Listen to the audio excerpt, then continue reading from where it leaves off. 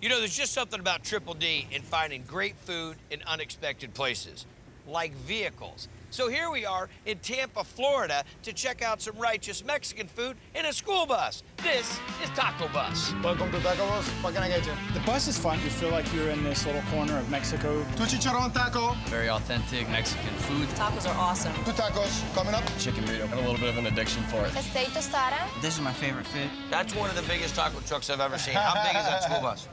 It's about 35 feet.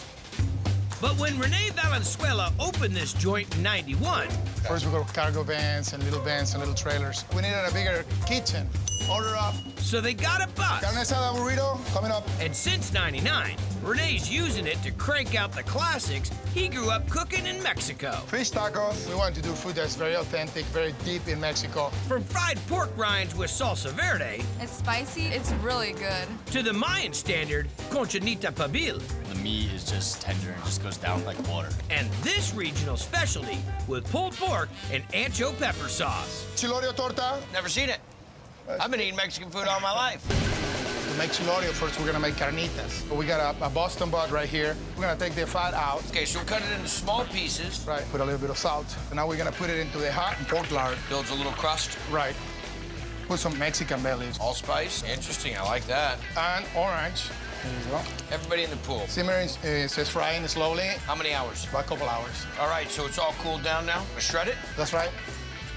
I like that spice with the allspice in there. We'll shred it, make the sauce, and then make the torta. That's right. Got it. Anchos. Love anchos. Oh, yeah. Oh.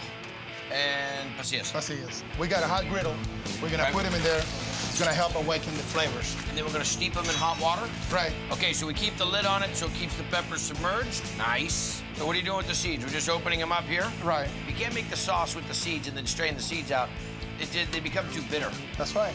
We take all these, now we're gonna grind these up. Yes, for the chilorio sauce, I know this routine. put the red peppers in the blender. I'm gonna put a little bit of the water. Okay. Mexican oregano, as you know, is One different. of my favorite. Comino. Vinegar. And then garlic cloves and salt. After we put it through the blender, we're gonna strain it. Then we're gonna put the sauce. We're gonna fry it. A little bit of the lard that we Right. cooked the pork in. That's right. This is gnarly. That's what you gotta do right there. You gotta cook off a little bit of that bitterness.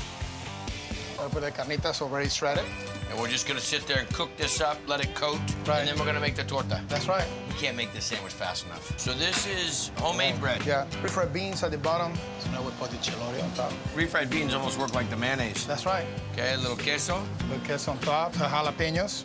Then tomatoes, white onions, marinated onions. Cabbage. Don't stingy with the cabbage. Okay. And cilantro. Here you go. Look at that. That's out of bounds, dude. All right. The freshness of the bread right off the bat. Then you get this hot, little bit spicy, the meat. Then you get the crunch of the onion and the little snap from the jalapeno. This got to be one of the best tortas I've ever had. All right. I mean, one of the best, dude. That sandwich rocks.